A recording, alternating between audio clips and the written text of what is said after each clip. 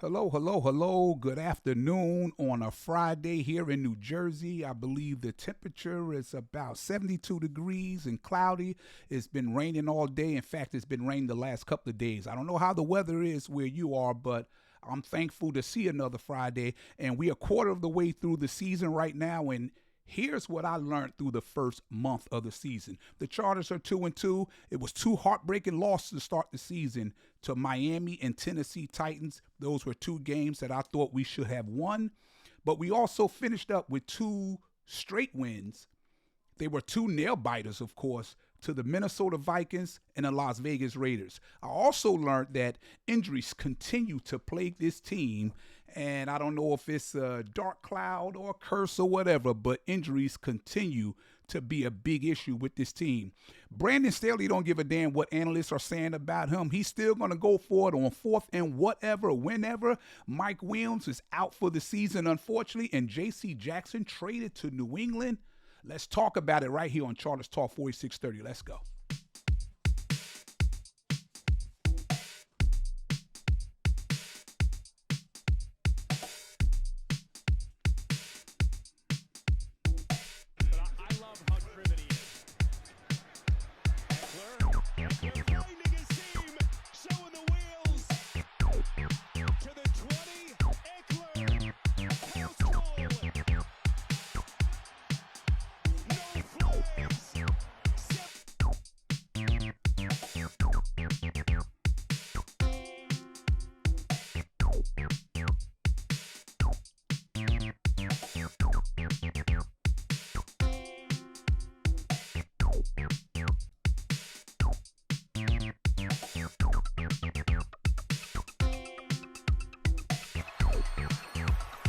Drop back, just rushing three. Herbert got a man down the sideline. All alone is Mike Williams. And he will prance into the end zone with a go.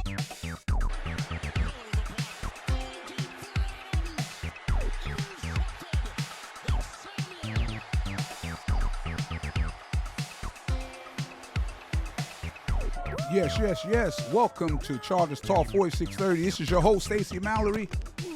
On a Friday afternoon, 72 degrees here in New Jersey, kind of cloudy and rainy. Don't know where it's going, what it is going on in your area, but I'm glad that you're here.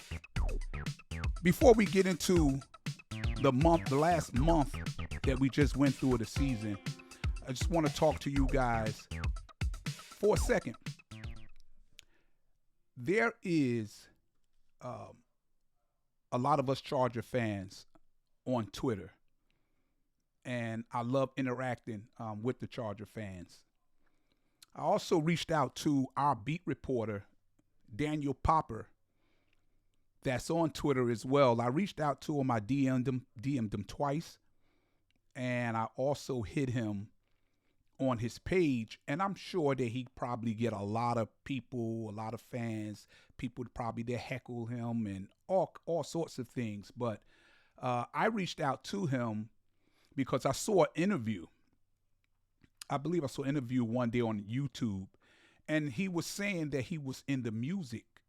You know, he makes music. I don't know if he is a music producer or whatever the case may be, but I was intrigued by the fact that he said he does music and have been searching, doing researches, trying to find different labels to put out his music. And in particular, he mentioned house music. And the reason why that got my attention because I'm a man that wears many hats. As it's known, I retired from a field in law enforcement. I'm also a independent journalist and a freelance writer. I'm also over 30 years now a DJ, a music producer. That happened to be, I do music in house, like when they call it house music for those who don't know, house music, club music, dance music, whatever. But we produce music that when you guys go to the clubs and you out partying, you know, that's the music that you're dancing to. And I have my own label, in fact, called SLM Records. And with my label, I produce music. I have my own label that I put out the music. the DJs buy the music and play it in the clubs. And that's what got my attention about Dennis Popper when he said he was doing music and he's trying to find sources out there that can put his stuff out. So that was the reason, Dennis Popper, that I was reaching out to you. And if anybody have a connection with Dennis, you can let him know and go on this page here, on my page, on my YouTube page, and he can reach me that way if he's interested. But I put out music. My music can be found on TrackSource, Bandcamp, Pandora, YouTube, Spotify, Beatport, Apple Music, wherever you go to listen to dance music. That's where you can find my music, Stacey Mallory, under SLM Records. So, with that being said, also, one more thing before I jump into this segment. I'm only going to hold you guys for a few minutes to discuss the last 4 months of the season, but I've been trying to find this stuff. I'm a big fan of Shannon Sharp, Club Shay Shay podcast, and I've been seeing every celebrity and athlete, everyone that goes on the show, Shannon always starts it off by toasting with his cognac called Le Portier. I've been trying to find it for 2 years. I found it today. I don't know what it tastes like. It's still closed. Came in a beautiful black box. Haven't been opened yet. But when I end the show, I'm going to test it. And I'll let it be known if I like it or not. So I'm always interested in checking out new stuff. So we'll leave that to the side. But right now, the Chargers are 2-2. I mean, let's talk about it for a minute. The first week of the season, one of the things I learned about that we all know is the defense is still struggling, giving up a lot in the passing yards, especially in the first game against Miami. That was a game that we should have won. The defense gave up 466 yards and 3 touchdowns to Tua, 215 yards and 2 touchdowns to Tyreek Hill. Neither defense was playing that well at all, but Miami did make a big stop when it counted in the end. And it finished the game. I believe we were on, it was 1 minute and 45 seconds left, and it was the final drive. And we need to get close enough to kick a field goal, and we could have won the game. And when it mattered, Miami's defense made two sacks in a row, and we just need a field goal to win. And also in that game, we saw that Austin Eckler left the game with a high ankle sprain. Ouch. That hurts. Then the week 2 game, I saw it's a game I believe we should have won. Herbert was doing Herbert-like things. Finished with 305 yards, passing 2 touchdowns, no interceptions. The defense actually played good. They really been, I would say, the pass defense still needs work. But the run defense has really stepped it up. You know, they held Derrick Henry to 25 carries and 80 yards. The Chargers, unfortunately, can't seem to get a running game going without Austin Eckler. And the play calling was really conservative in that second half, in my opinion. And then we went in overtime, tied at 24 apiece, and the Chargers won the coin toss. And I'm thinking we get ready to end things, and we went 1, 2, 3 and out. Tennessee drove down to the 20-yard line and kicked the field goal. Another heartbreaking loss. And in that game, J.C. Jackson was active. He played. He was somewhat better, but clearly he still wasn't, in my opinion, healthy enough to be out there and be the playmaker that we used to seeing when he was with New England. But then that takes us to week 3 in like what most considered a must win. If you're going to make the playoffs, you can't go down 0-3. And Herbert, he put on a clinic. He was 40 of 47, 405 yards, 3 touchdowns, no interceptions. Running was still an issue, running the ball without Eckler. I mean, his presence is definitely missed. But Keenan Allen had a day. I mean, he finished with 18 receptions, 215 yards. You know, he threw for a touchdown. I mean, the only negative in that is that we unfortunately saw Mike Williams go down again. This time he went out for the season with an ACL tear. And that's just unfortunate, but it's just time for people like Quentin Johnston to step up. Quentin Johnston, it's your turn. It's time for you to step up and show why you were drafted in the first round. There's a lot of skeptics out there that believe that Zay Flowers and Jordan Anderson were better fits with us, but unfortunately, we took Quentin Johnston and he had some issues with holding on to the ball. He was going to be brought on slowly because you had Keenan Allen and Mike Williams, who are the starters. And all due respect, Joshua Palmer has been there a couple of years, and he's the more experienced guy right now. So Quentin was going to learn behind those guys, and role was going to start increasing next year. But unfortunately, due to Mike Williams going down, Quentin Johnston has to get an increased role like right now. So hopefully, Quentin, this is your time. Next man up. This is your time to step up and show out.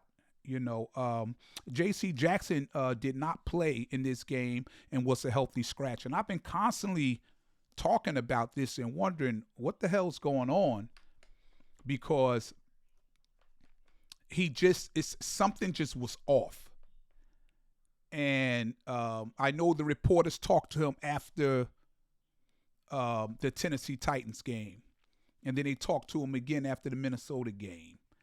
And, he was saying, I don't know why I'm not playing. You got to ask the coach. I'm ready to go. Then there was mixed signals. He also said a couple of days later he's not fully healthy. So, I mean, I don't know. I knew that there was something going on, and we'll get to that too.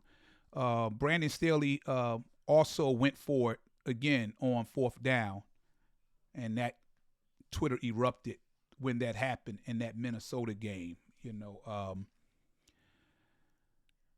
Wow, we don't want, I would say like this. Referees, we saw the game the other night with the Jets and the Chiefs. And the purpose of having the instant replay rule in effect is that watching plays in normal speed with the naked eye, sometimes, the referees are human. They're going to get it wrong sometime. And you look at the replay rule, and most of the time they do get the play right.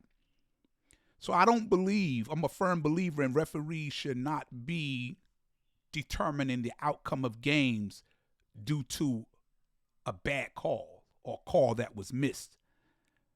And we too often, regardless to what people think about Brandon Staley,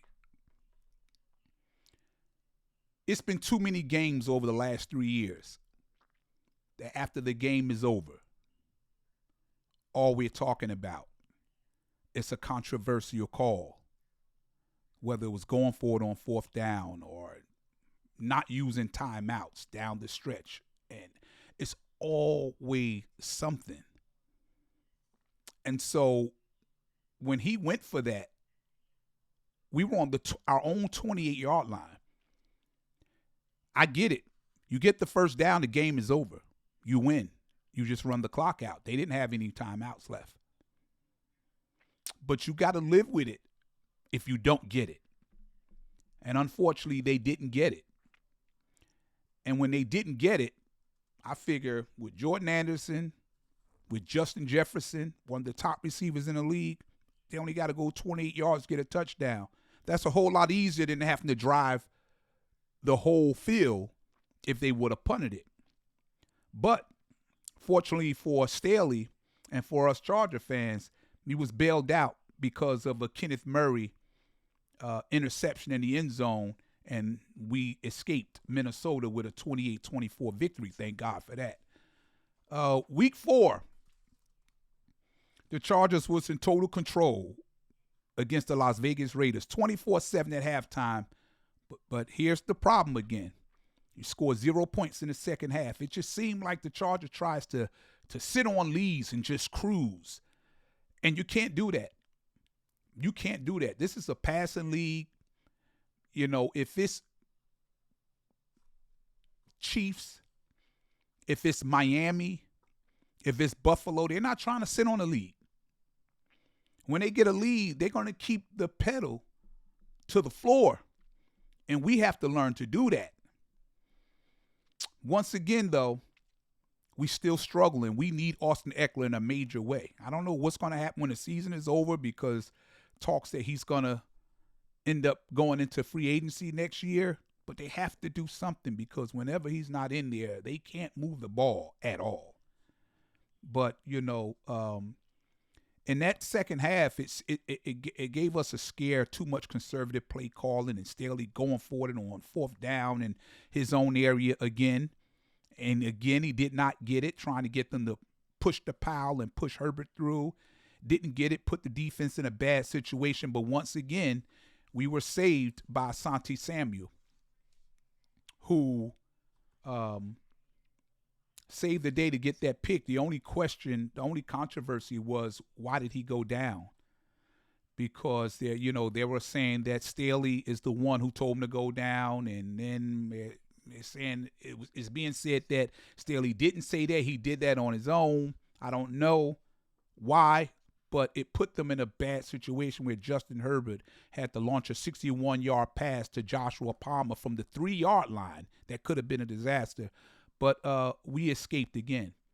This team is loaded and deep on offense with receivers, because I know Mike Williams is down, but we expecting an increased load with Darius Davis. We expecting Quentin Johnston to step into an increased role. And also remember, you getting Jalen Guyton back after this early bye that we've had. So this is what it looked like after the first week. We are 2-2. Not bad at all. But one person I want to give some love to, I want to give some love to Khalil Mack. Khalil Mack, daddy, he been at it for a long time. He been in the league, 10 years now? And Khalil is just putting on a show. You know how hard it is to get sacks? There's some really, really good edge rushers that don't get 6 sacks in a season. And he got it in a game. Look, after the bye, we have the Dallas Cowboys. And then after that, we have the Kansas City Chiefs. Then the Chicago Bears and the Jets. And don't get it twisted now. The Bears and Jets have been playing good as of late. The Jets almost looked like they were going to upset the Chiefs. And the Bears, the last 2 weeks, they just didn't close last week. They were blowing their team out last week, and they didn't close it. But they closed the show last night, put up a 40-burger last night. So one other thing before we get done, I want to mention about Jerry Tillery. If you guys remember, just play, right. It wasn't dirty. The player specifically, dear friend of mine. I love Justin, and so, that's what happened. And a play I regret, obviously, because was ejected from the game, right? Which was tough one, as a player. But I took it, and it happened, and got to move on. Just work on myself. You know what I'm saying? So I can help my team beat, Green Bay on Monday night. I mean, it's good that he apologized. But, when you listen to his comment and he's saying, I love Justin. Justin is a good friend of mine. I don't know the man personally to call him a liar, but I just don't believe that.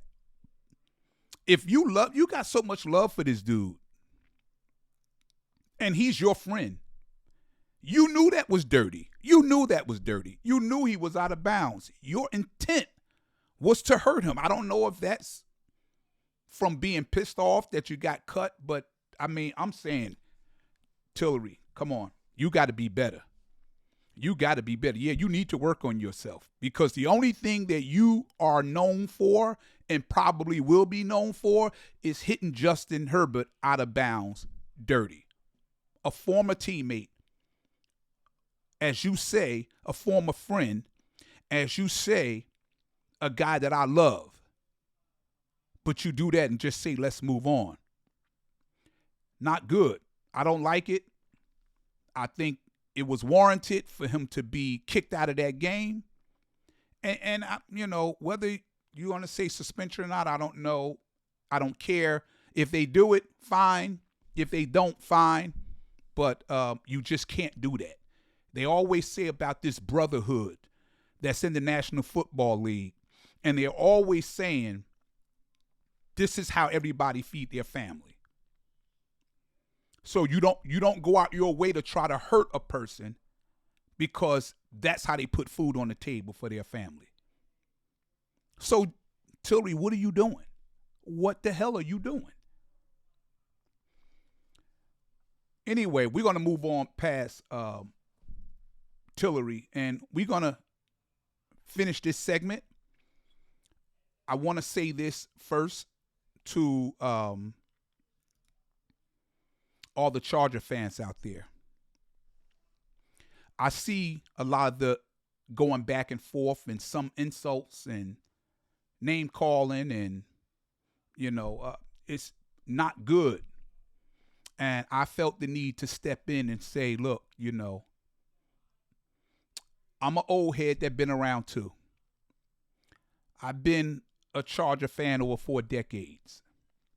And it's frustrating because you want to win that title. And we believe that we have the players on both sides of the ball to at least make a deep playoff run and get to the AFC title game. And then who knows what can happen if we can do that there. But I felt the need to step in and say, look, let's be better than that. Attack people, because I get you guys that are younger. I get your frustration too. Your whole thing is just like, hey, don't criticize the Chargers. Don't criticize the coach. You got to give them a chance. You can't, I get all of that. And we may disagree a whole lot on a lot of things due to an age difference. But I know deep down inside what we have in common. We have a passion because we want to win. We got a love for our team, and it hurts when the team lose, and we have fun when they win. But I know that deep down inside, you guys want what we want too. We just want to win. We just want to win. So let's try to be better to each other and be more respectful to each other, because Twitter give everybody a platform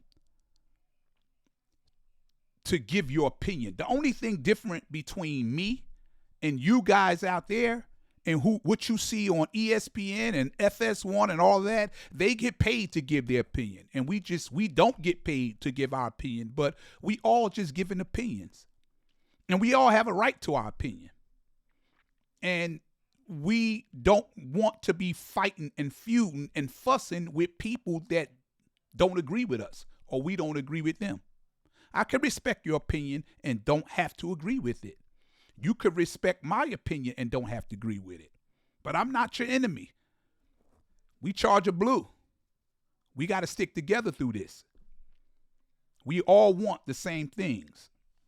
So I want to end this and thank you guys for all the compliments you gave me on Twitter. Thank you guys for and one other thing. I thank you so much for all your positive comments on Twitter for me posting that. Also, there was one other thing that I wanted to mention. Okay. I'm going to be doing more podcasts in the future. I don't want to limit myself or put myself in a box just to do Chargers podcasts or just talk sports or football. I want to talk about other issues that can be helpful to other people. For an example, I'm going to be doing a podcast that I'm trying to put together now with someone that was told that he had 2 days to live. and they were preparing for his death because of a bad heart. And they didn't have time to wait for a transplant. But a miracle happened. He didn't get the transplant, but that was 6 years ago. He's still living today. And we're going to get together and do a podcast because, like everybody, like you guys, everybody got a story to tell. And everybody could learn from each other's story. And if you got a story to tell and you don't mind going on a podcast because your story can have an impact on millions of people, because whatever you're going through, there's thousands of people that's going through the same thing. So if you was able to overcome adversity in your life and trials and tribulations, maybe that other person out there that's going through the trials and tribulations and they going through their struggles, whether it's mentally, emotionally, or whatever, and they're stuck in one place because they don't know how. They don't know how to get through it. They don't know how to overcome the adversity. They don't have the resources that you had. They may not have the insurance and to go see a therapist and all those kind of things. But you tell your story could save somebody's life or have the impact where they can look and say, hey, if he did it, I could do it too. If she did it, I could do it too. So you just reach out to me on my Twitter or chargerstalk4630@gmail.com. That's chargerstalk4630@gmail.com. And I would love to do an interview with you live on camera, live on YouTube and on Twitter and any other platform that we can get on, in hopes that your story could be an inspiration to someone else. Your story can save somebody else's life. Your story can say, yes, you can. No, don't say things that you can't. Yes, you can. So please, this is something that I just want to do because I like helping people. That's what my dad always did. My dad, God rest his soul, would have been 94 years old this year. But he lived his life a saved man, a God-fearing man, and would do anything to help somebody else. And that's where that came from. And I want to do that. So I don't want it to just be about sports or about Chargers. I'm not getting into no politics. It's enough fighting and bickering and hate and all the things, terrible things that come with politics. People want to get away from that stuff. But remember, you got a story to tell. If you don't mind, you reach out to me, chargerstalk4630@gmail.com. Send me an email. I'll reach out to you. We can put it together. It don't matter what part of the world you in. You could be in Africa. I could tune you right in. So we're going to end that. The Chargers have a bye week, so you don't have to reach for the Rolaids this weekend. You don't have to reach for the Tums this weekend. You don't have to curse out Staley this weekend. You don't have to curse out none of the players this weekend. You don't have to curse me out this weekend. You don't have to be fighting with nobody on Twitter. You know why? Because your mind going to be at ease. No stress. We could watch football and be happy with no stress. You understand? So now, we about to end this, but I'm going to try Shannon Sharpe's La Portier Club Shay Shay. I've heard so much about this. And I hear everybody on the show keep saying how good this is. So now I'm going to find out. If it's good, I'll let it be known. If it's not good, I'm going to also let it be known. I looked for this for 2 years, finally got it. It's been a nice little change for it, so it better be good. So here we go. To you, to Chargers Talk 4630, to all of my Charger compadres, all of my Charger brothers, all of my Charger sisters, here's to you. Have a great weekend. Thanks for your support. So here we go. Let me see.